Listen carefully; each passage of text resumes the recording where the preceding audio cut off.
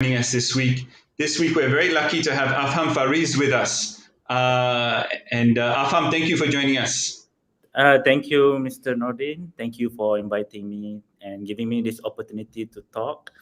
And yeah, it's a very good afternoon to discuss and talk something interesting, right? Exactly. And one of the things that I'm excited to hear about is one, your company and what you're doing. But we're going to be talking about live streaming. Mhm. And one of the things that we've seen recently is this like massive shift into the digital world. Yeah. And we're seeing that now. Tell us a bit about what you're thinking of in terms of the business opportunity of live streaming, and tell us a bit about what you're doing with your company. Okay. Before that, my name is Afham Faris, and I am the founder and CEO of Ulalive, a live streaming social network platform with integrated e-commerce. So what we are doing is actually we want to create a new social live streaming platforms that offers e-commerce in it. And in our platforms, we don't want just to create another live streaming or another e-commerce, but we want to create a really new social network, but integrated and based on live streaming. So, what we can offer to the companies, to brands, is they actually can sell in our platforms using live because live creates transparency. So I think towards years to come, and every companies in the world or brands in the world will have to adapt with the live streaming because that is the current and main tools for brands to communicate with their shoppers or audience. Yeah. Now, one of the things I wanted to ask you about when it comes to live streaming, I've seen a lot of, and of course, we're live streaming today. It's kind of fun, although we don't have any product to sell. Although if you want to buy this shirt, I can sell it to you. Yeah. No, but in that case, is there uh, this kind of shift? I've seen a lot of this interesting content pop up where people sell clothes online. They just like go and show the clothes, and then okay, you want to buy this, go ahead, buy it. How is your platform going to like stream content and sell things at the same time? What's your plan there? Because that's kind of like you've got these two worlds, and how do you bring them together? Okay. In Ulalive, we believe that people wants to watch live not because of the presentation or the gameplay or the what the host presents, but people wants to watch live or buy things from live is because of the individual. So that unique personality of that individual will actually attract their loyal buyers or fans into the platforms compared to other e-commerce platform like Shopee. They are targeting to mass buyers, mass audience. So there will be no personalized interaction between loyal buyers with the loyal brands, with the brands or with the sellers. So in Ulalive, we want to create a new interaction. So if you're gonna sell the products or things, and people would come and buy from you not because of the price, not because of the uh, your followers or followings, because truly because of you, because your personality, your unique personality. So in that way, we think that this will involve a deeper connection, and we believe with the deeper connection, there's a faster transaction in that. Okay, cool. So now we've got that kind of live streaming content for items for things Yeah. that are sold. what about live streaming content? I notice a lot of gamers stream live. Mm. Are they going to be able to stream live on your platform? And how will that kind of whole world of gaming streaming work? Okay. Uh, Initially, we plan to create Ulalive is serving the non-gaming content. So we don't want to, Mm-hmm. because there's a lot of platforms serve for gaming content. So we want to serve non-gaming contents. In a few years ahead, 5 years, 6 years to come, there will be new part of stream that is called just chatting. So what it Mm-hmm. means by just chatting is people comes and watch stream because of that individual. They want to see the Mm-hmm. individual just talking, chatting without playing anything, right? Uh, Mm-hmm. so without showing anything, they just want to talk because in this pandemic, everyone is lonely, right? Right. Mm-hmm. So Yeah. they need a quick, faster interaction. So they go for the live streaming where you can always chat and interact with your host. So from that, this just chatting, then there is new streamers came out, which is we call them the lifestyle streamer.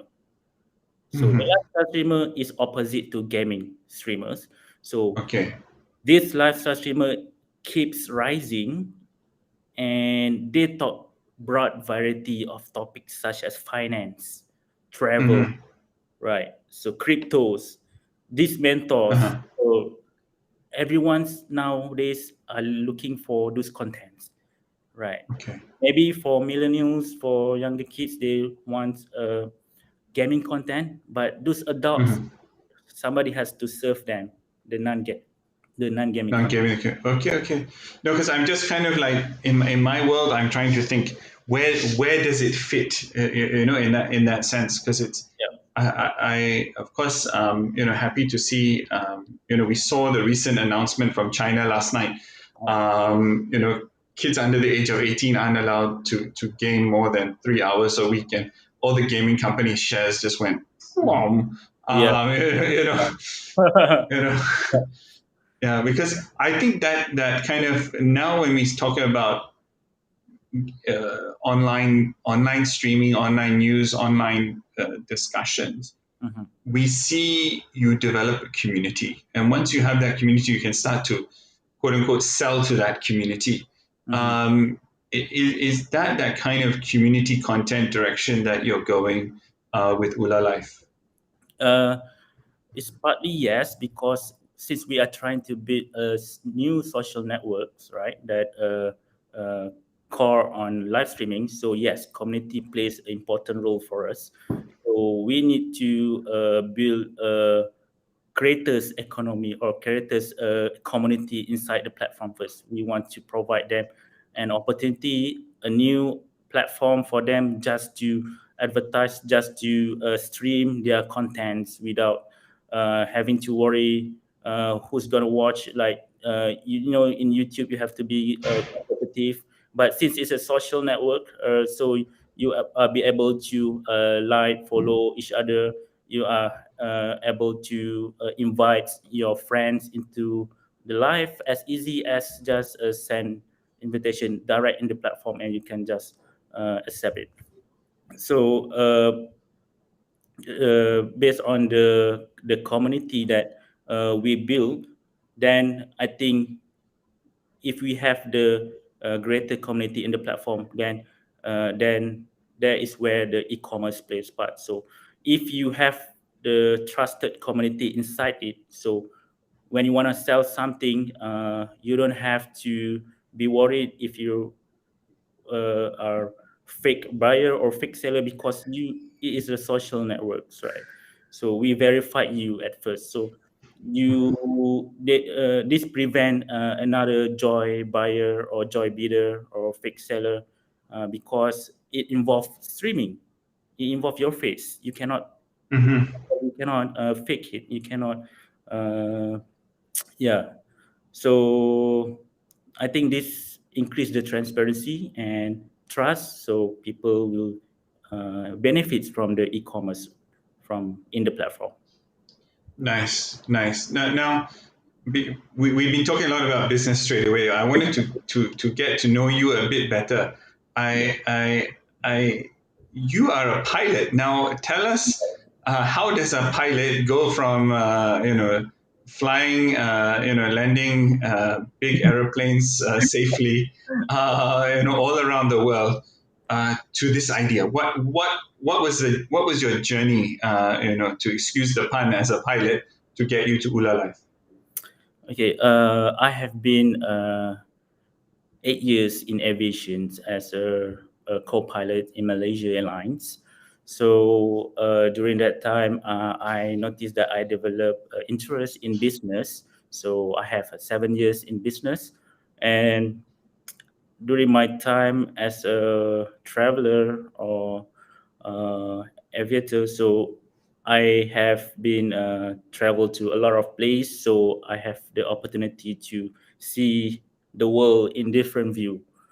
Right. So whenever there is a news all over the world, so I will read it, not just focusing on Southeast Asia or Malaysia, because those are the countries that affected when I am flying into it.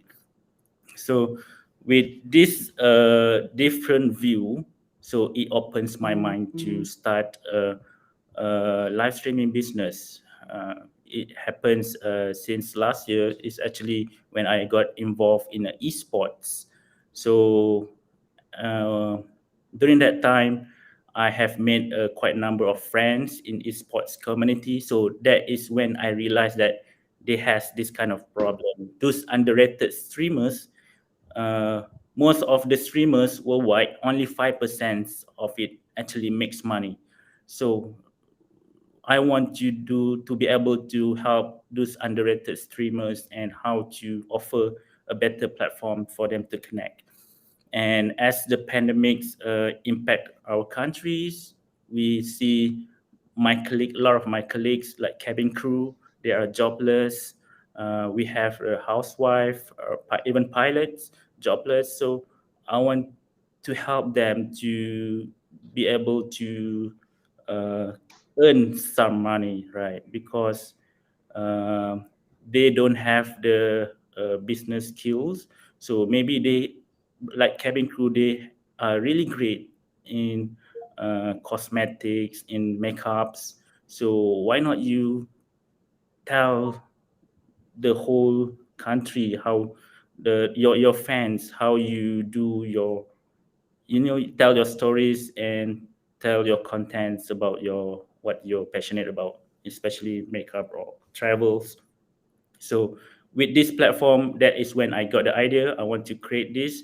It doesn't has People doesn't have to be great at something. You can always learn if you want to start, and from there, you'll be become a great content creator, because to make a content, it costs maybe a little effort and cost for you.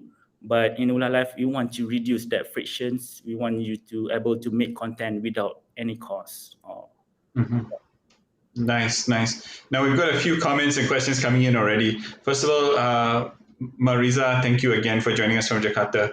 We always love it when you join us, and it's we see some questions around this idea of live streaming, Mhm. and the evolving reality of work. Yep. Two things. A lot of people, yes, they have a job, or maybe they've recently lost their job. Mhm. Um, but they have a lot of skills, they have a lot of stories to tell. True. And and the other thing is, a lot of companies, I feel, have started to wake up to the fact that if they don't get their content on social media, because mainstream media doesn't do it all the time, and that kind of streaming reality. Yeah. But like a car company or a property company or a cosmetic company, they Mhm. need to think differently about streaming strategies. True. And I've seen a lot of interesting developments around high value AI avatars Mm-hmm. being created to do that. So you mentioned earlier that you want real people on the platform. Yeah. But what advice would you give to companies who are not, I mean, they could be like public listed companies or quote unquote real companies who need a streaming strategy? What should they do? Should they develop in house or should they go and find an influencer and build them up? What is a strategy there?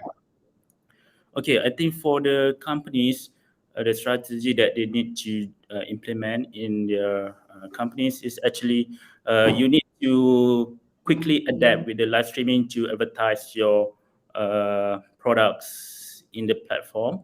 It's because we'll see from the live streaming, there have been a new celebrities created from influencers or content creators. Okay, this you need to engage these influencers or content creators to advertise your products, right? By means using live streaming. So if you don't adapt that fast, you are going to miss out, and every other companies will do it.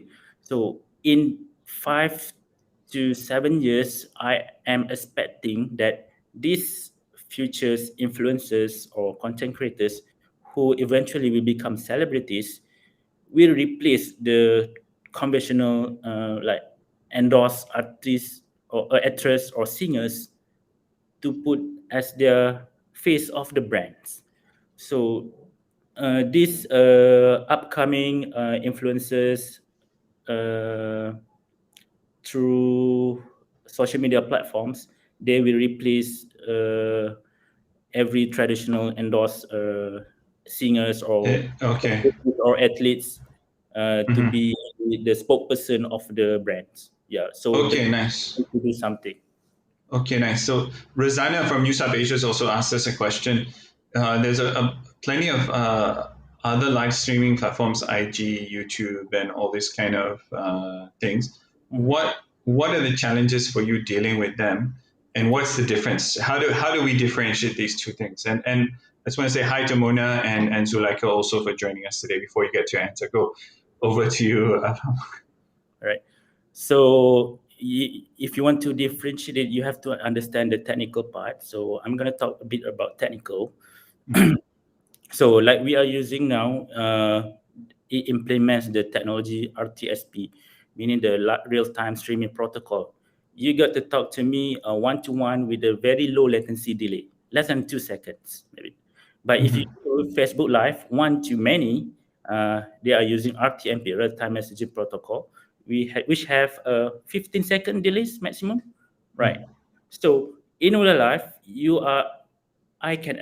I will be able to talk to you and many other guests with less than 1 second delay to Mhm. thousands of viewers.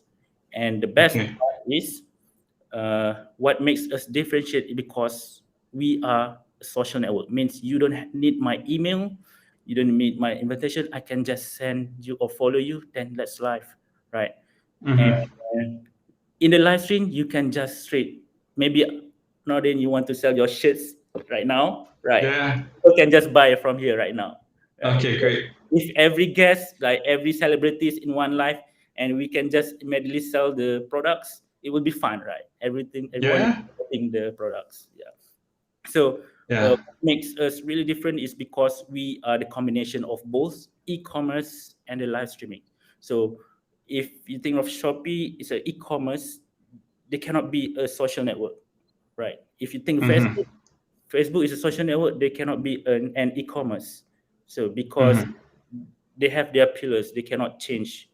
Yeah, it will disrupt their platform. So since we are startup, so we are be able to mix both the best of the both world. Yeah. Okay, cool, cool. No, it's just interesting to see how this technology is changing, and you're talking about this in a sense massive delay. So you're going from 15 seconds to 2 seconds to 1 second, and that impact delivering goods and services Yeah. to people. Now, I want to go back to this idea of influencers, Mm-hmm. and kind of the evolving idea of influencers. Yeah. Yes, there used to be like, okay, movie stars, and I think movie stars will still be, Sure. still be influencers. Athletes will still be influencers. Yeah. What would you say to, we saw the Olympics recently, and everyone was mad crazy about Farah Ann. Everyone was mad crazy about our divers, our cyclists. And there was this massive spike in social media, Mm-hmm. and they were like super duper famous for a week, Mm-hmm. maybe two, and Mm-hmm. then all of a sudden nobody's talking to them. Nobody's talking about them. Yeah. Could they? Because if you win a gold medal, this is how much you get, and your sponsors. But now, would it be a new form of revenue for these athletes? Mm-hmm. That, okay, get them on your platform, build up. I mean, maybe I'm trying to think of the cyclist who got the silver medal. My God, I'm going to be shot later. What's name? Azizul. Sorry? Is Yeah, it? yeah, that was Azizul, yeah. Yeah. I mean, if he was selling bikes, Mm-hmm. if he was selling bikes that week, I think he would have sold thousands. I know his bike is worth like 500,000 ringgit. Yep. But if he was selling bikes, he would nail it. And I noticed in where I stay in Kuala Lumpur, after he won the silver medal, I was walking around in Bangsa, and there's a couple of bike shops, and everyone was going to buy bikes. It was like, oh, Big. I got to go and ride a bike. Yeah. And I was like, yeah, I kind of feel like riding a bike too. But is that a change in what we are seeing? Is a change in what is possible for people who are now enjoying some kind of media profile, uh, and especially those kind of athletes who are, I would say, semi-professional. You're not earning millions yet, like an NBA basketballer or an IPL cricketer. Um, what are your thoughts there? Okay. Firstly, I think that most of the platform they are not designed and built for influencers at first place. So we see these methods and we want to implement in our platform. That is when we created the subscription content for these influencers or well-known people. Okay, because Mm-hmm. of the platform, if you have a 1 million followers, it doesn't reflect your income, right? So how do you want to monetize your followers, right? How do you Mm-hmm. want to able to make something out of it? You have a huge number of followers. Now what should you do? So in Ulalive, we want to able to convert your followers or your brands into numbers. We want to convert them into your recurring revenue, recurring income. Mm-hmm.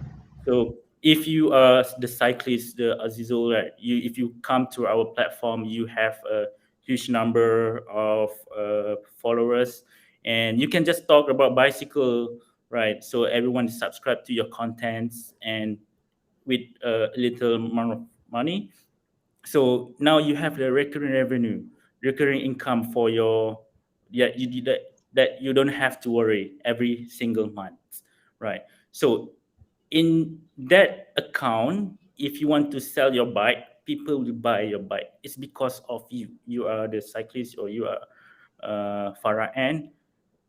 Compared if you want to advertise in Muda, if you want Mm-hmm. to advertise in Instagram or Facebook, right? So people wants to buy that bike because not because it's cheap, not because it won the Olympic. It's because of you, that unique Mm-hmm. individual, that unique name. So that's what we embodied in our platform. We want the that deep connection between the buyer or seller or the viewers and the host. Yeah. Okay, cool, cool. Hi, Mo and Ahmed. Thanks for joining us, and I appreciate all your comments over the weeks. And one of the things that now we see some comments here around on popularity. So you're saying it doesn't matter how, in a sense, how popular are, you can still generate income if you get the equation right. Yep. So Okay. it depends on every content creator start from zero, because if you are first in creating the content, so Mm-hmm. you need to be able to learn how to create a great content. So in Ulalive, you don't have to worry about getting the income. You just need to focus on making a great content. So when Mm-hmm. you make a great content, inshallah, everything will come smooth, right? Because we Okay. deliver that the rest of things. Exactly. And I think this is where a lot of companies, I think, find it difficult. And there's some questions around influencer marketing and how effective it is. Mm-hmm. And one of the things when we talk about getting this equation right, because a lot of companies very simple. Okay, I'm going to spend 100,000 ringgit here, and now I want to get $1 million of revenue. Or okay, I give you 1,000, then you give me 10,000.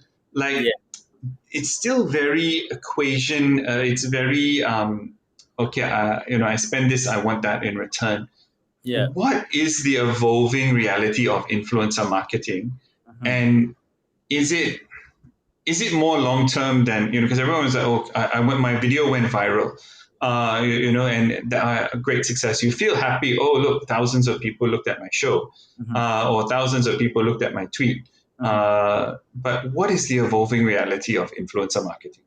Okay, this question, it depends on the type of the companies, what they offer or what is the Mm-hmm. product. Let's say this company A is hiring these influencers, right? So Mm-hmm. this company A opens account in our platforms, and then you hire influencers to advertise your products in your life using these influencers, right? So Mm-hmm. people will come and purchase or add to cart everything that because it's because of the influencers. The influencer is promoting it, right? Okay, so that is the situation A. So let's say situation B. Let's say you provide service or you provide contents as your revenue. Okay, Mm-hmm. let's say you are Zoo Negara, right? So everyone, when Mm-hmm. I watch Zoo during this pandemic every week, right, every day. Yeah. So you can just subscribe the Zoo content in the platform, because Zoo, they need to Mm-hmm. make money too, right? They Yeah. need to, but there has no platform that you have will be able to subscribe or donate, right? And we want Mm-hmm. transparency in that. So I think what we offer is the best of both situation in order for them to make the revenue, because in a certain shade you can always hire many influencers to promote it, and Mm-hmm. it could be monthly or one time off. It doesn't matter. Yeah, it depends also. Okay. Cool.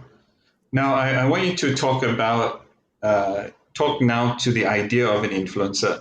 If there's a young person out there, or an old person, or or even a professor, or a stewardess, or anyone who's doing something interesting, what would your advice be to someone who wants to be a content-driven influencer, who wants to do this not just for the fun of it, but for generating real revenue that can replace a job, or become a full-time income? Okay. You need to be able to accept the rejections, and you don't have to worry about the numbers at the beginnings, because eventually it will rise up and you will slowly build up your community, and that's the most important thing.